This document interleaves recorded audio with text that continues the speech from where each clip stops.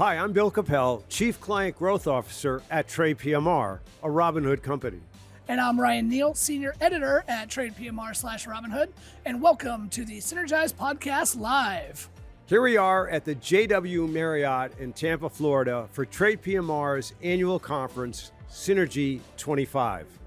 And we had a chance to sit down with Robb Baldwin, founder of TradePMR, which was recently acquired by Robinhood Markets. So earlier this week, Robb kicked off the conference with a candid call to action keynote for RIAs who are navigating a rapidly changing industry, and we're excited to be able to share some of those insights with you here on the Synergize podcast. So let me share a little bit about Robb Baldwin for those of you who don't know him. With more than 4 decades of experience, Robb is an industry veteran and a former RIA. He founded TradePMR to improve workflows and bring new levels of efficiency for RIAs, helping improve their margins, and more importantly, allowing them to spend more time with their clients and business development. To learn more about Robb's story, please visit our show notes. So let me kick things off with you, Robb, with this question. With $124 trillion in wealth transfer underway, and the possibility that millennials will become the wealthiest generation on record, what do you see as the 3 most important factors for advisors and RIA firms to be thinking about, better yet advising, to position themselves in a way that allows them to build enterprise value? Super. Well, that's a great question, Bill. Number one, I think advisors need to, think about how to attract this next generation.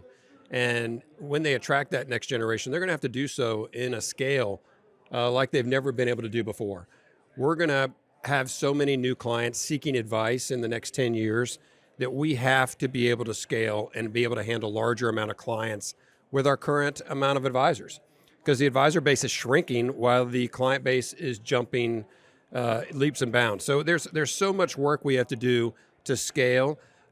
We just got to focus on those things to make sure that in the future, we're able to handle a large amount of clients, and we're able to continue to handle our current clients while bringing on these new clients that are desperately seeking advice. So the old ways are not necessarily going to support our ability to go forward. They're really not. There's no way to take the relationship model that we have today and scale that unless we want to double or triple the amount of advisors that we currently have in force. And I don't see that happening. So I think technology is going to play a much bigger role than most advisors are even planning for today. And I don't think they quite have grasped the notion that that's the only way 10 years from now they're going to be able to compete nationally. Otherwise, there's going to be national firms that are going to really outpace the entrepreneurs that we really want to succeed. Got it. Right. So one thing we talk a lot about on the podcast, Robb, is new skills. Advisors going beyond portfolio management in order to build new relationships and deeper relationships with their clients. You've been an RIA in this industry, grew up in this space. What do you think about the skills that will be needed to compete tomorrow with the skills that were needed yesterday? Wow. Well, the simple answer to that, Ryan, is marketing. The best RIAs today are great marketers. Contrary to what everybody likes to think when they think of a financial advisor has to have some really core knowledge, and they have to have an understanding of all the financial tools that are necessary to help a client navigate any kind of situation. But they also have to have a great ability to market their firm and to market that firm to grow. The greatest advisors today, of course, have the base skills of handling financial plans and navigating clients through all different situations, but they also are great marketers, and they've figured out how to attract clients in mass and in scale. Are you only saying that because I'm on your marketing team? No, I'm not. But you and I both know that in business you've got to be growing all the time. You got to be out there. You got to have a reach. You got to keep climbing the hill, and that's the only way to keep a business afloat, because there are times when advisors' business goes down. Every business has downturns, and you don't want to be trapped in that situation with a 50% reduction in your revenue. So you got to be able to continuously build and continuously grow to overcome those situations. Great. So Robb, we talk a lot about technology, and it continues to be a game changer for wealth management. Clearly it's changed the expectations of clients, all of us for that matter, across all age cohorts. And more, we see artificial intelligence even becoming a bigger issue. It's affecting how we learn, how we interact, how we solve problems. So when I take a step back, it really begins to put pressure on the value of the human being. So much of what clients can get today, they can get on their own. So my question is this: is there still room for the traditional financial advisor? And what role will they play into the future? Oh, they're going to play a huge role. It's going to be much more in an emotional coaching role than I think historically we've done in the advisor world. The money management side, the financial planning side are going to be base common things that anyone can get through AI. I think that's not going to be the role that most advisors play 20 years from now. They're going to be more in the role of holding the hand of people who are literally trying to make determination about things that AI can't make a determination of. You can't help AI determine whether you need long-term care or your parents need to have Medicare supplements and things like that. Those are things that it takes a human being to do. You can't help a widow determine whether she's going to outlive her money. You know, that takes a human to intercede and to react and to help coach individuals through that, to help them budget and to take those emotional situations out of play. You know, it's in all scenes, we've always heard this, that if you're going to use a computer to try to coach you through down markets and bad scenarios where normally emotionally you want to bail out, you want to get out of the market, you want to avoid trouble, further downside, and yet the market turns around and goes right back up and you're out. You know, it's overcoming those emotional footholds that trap us sometimes to make bad decisions, and that's what an advisor is for. AI is never going to be able to do that. That's going to take a human holding their hand with confidence saying, we'll get through this. So it's that emotional intelligence and that's ability to really understand how someone feels, and that's what's going to be important going Absolutely, forward. yes. Good deal. So you guys talked a little bit about, you know, the technology and the human or the human. How about coming together? How is that convergence of the personalized human advice and the technology? How is that going to change the next generation of wealth management? I think it's going to be a huge factor, Ryan. But to be honest with you, I don't think that solution has been created yet. And I think that hybrid scenario is what's going to lead us in the next generation from a custodial standpoint. And I think that's where we're going to shine, and what we do is creating the technology that does allow advisors to be provide the human element necessary to a client, but also puts out there the AI, puts out there the forward-thinking technology aspects that are available today for our end clients to be able to utilize, but also providing that human advice as well. I don't think that technology has quite been created yet, but it's something that we're dreaming about right now and what we're trying to do at TradePMR Robinhood. Great. So let me talk a little bit about the future for a moment, Rob. You know, you've been in this business a long time. You've built a very successful business in TradePMR. Prior to that, you were successful as an advisor when you started your RIA. If you were going to start over again today and build a firm for the future with everything you've learned, what I want to do is explore with you what that would look like. And I'm going to do it with three basic questions, okay? Mm-hmm. So, you know, the first one is something we talked about a little earlier in the conversation, but clearly probably one of the most fundamental keys to the success of any new business, which are the people, the human capital. Starting today, two things. What would you look for in someone who you wanted to bring on as an advisor, and where would you go to find them? That's the first question. I'll come back with the other two. Truthfully, it goes back to what we just talked about earlier. I would find a brilliant marketing person, and I would find a technologist who was very adept at AI and how to utilize some of those services. I think those are going to be the two key components going forward. You're going to have to blend those two together. And, you know, and what would I do differently than I did back in my advisor days? I focused on trying to be an expert at what I did, an expert at money management. I studied technical analysis. I studied fundamentals of companies. I ordered prospectuses. At any one day, I'd have 1,000 prospectuses inside my office from various companies that I would go through. Waste of time. In the future, that's never going to be necessary. You're going to have AI be able to do all of that work in 4 seconds or less. Right. While we were spending hours and weekends and days doing that work, thinking that's what made us good advisors. But the truth of the matter is marketing and AI technologists are going to lead the way in the future. Got it. Second part of that question. Obviously, you've been involved with technology a lot. A fundamental core value of TradePMR is its dedication to Fusion, its platform, its technology platform that allows RIAs to do their business. Today, knowing what you know from based on what you've learned, how would you approach technology going forward?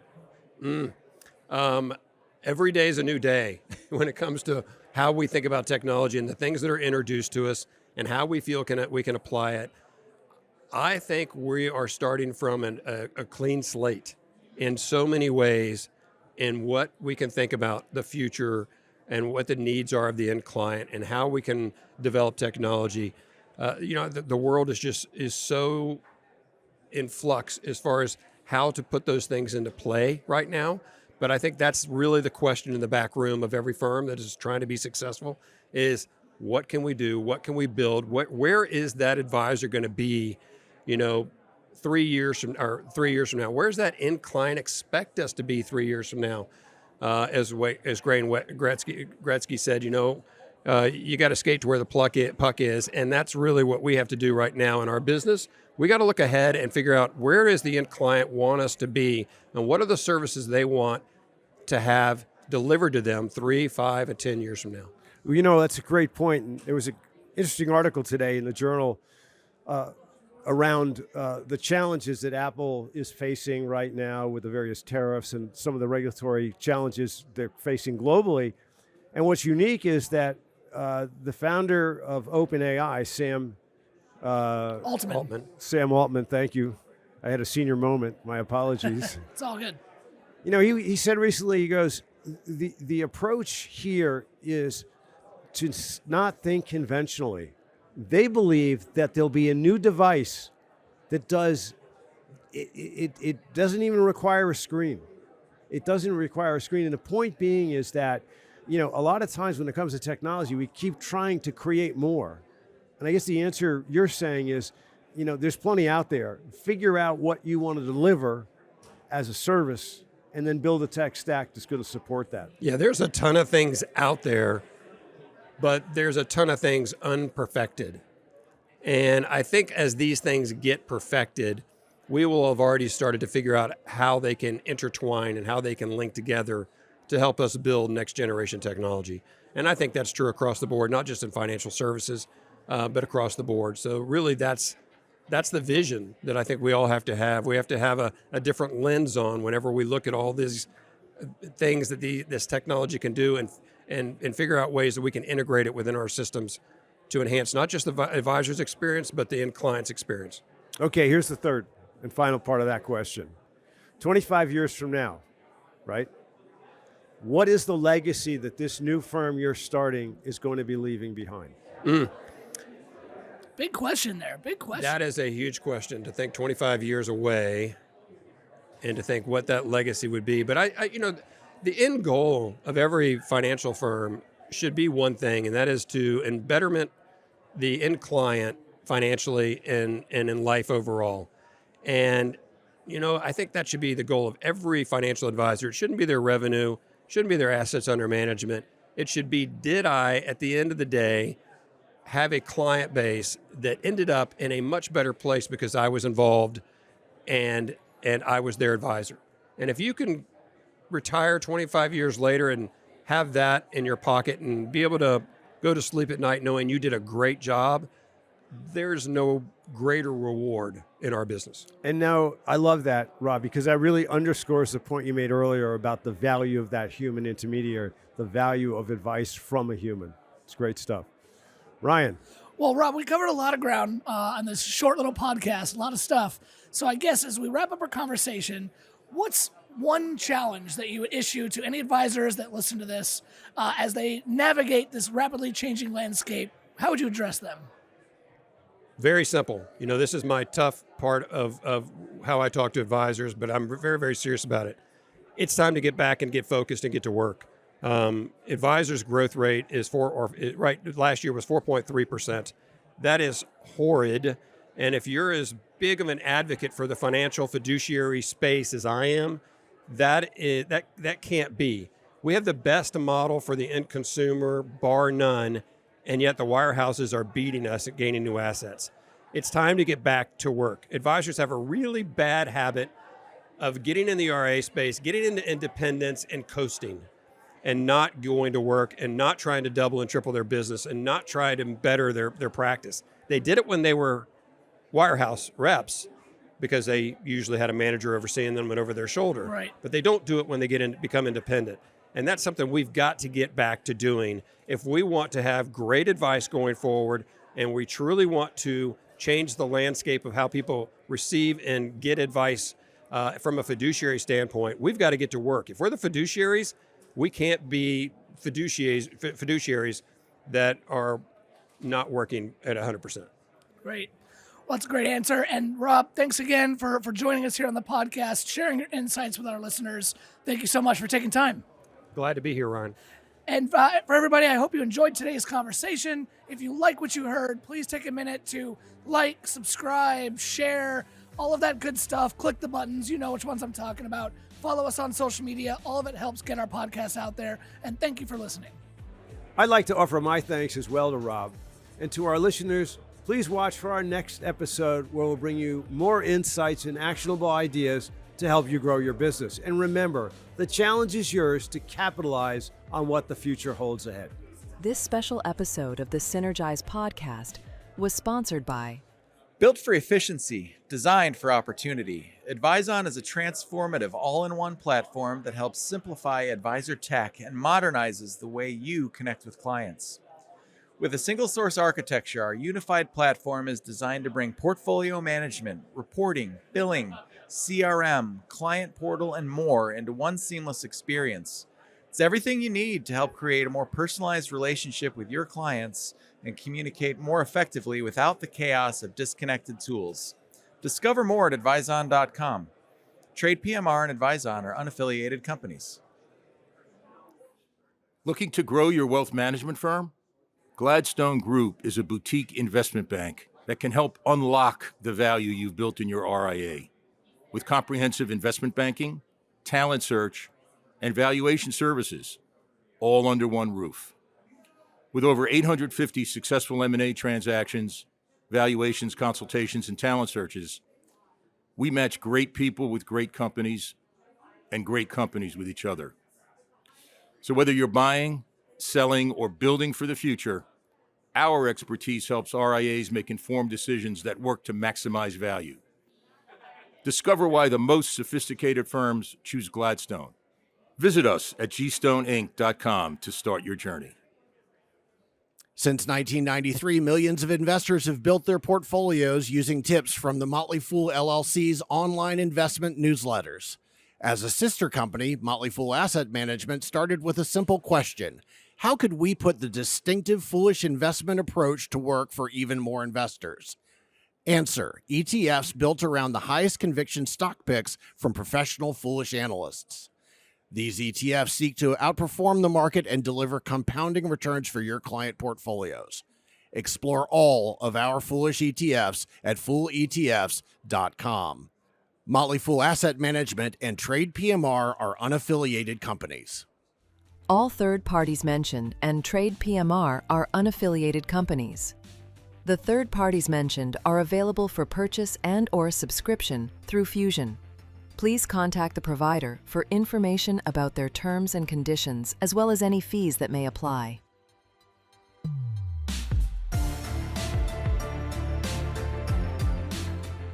If you want to join the conversation or connect with us, please visit us at synergizepodcast.com. This content is provided for general information purposes only. The views expressed by non-affiliated guest speakers are their own and do not necessarily reflect the opinion of TradePMR or its affiliates. TradePMR and its affiliates do not endorse any guest speakers or their companies and therefore give no assurances as to the quality of their products and services. This channel is not monitored by TradePMR. TradePMR does not provide investment advice, tax advice, or legal advice. TradePMR is a member of FINRA and SIPC. TradePMR Inc. is registered with the Securities and Exchange Commission, SEC, and the Municipal Securities Rulemaking Board, MSRB. TradePMR provides brokerage and account services to registered investment advisors. Custodial services provided by First Clearing. First Clearing is a trade name used by Wells Fargo Clearing Services, LLC. Member SIPC, a registered broker-dealer and non-bank affiliate of Wells Fargo & Company. Copyright 2025, TradePMR Inc. For a transcript of this episode with sources, visit synergizepodcast.com.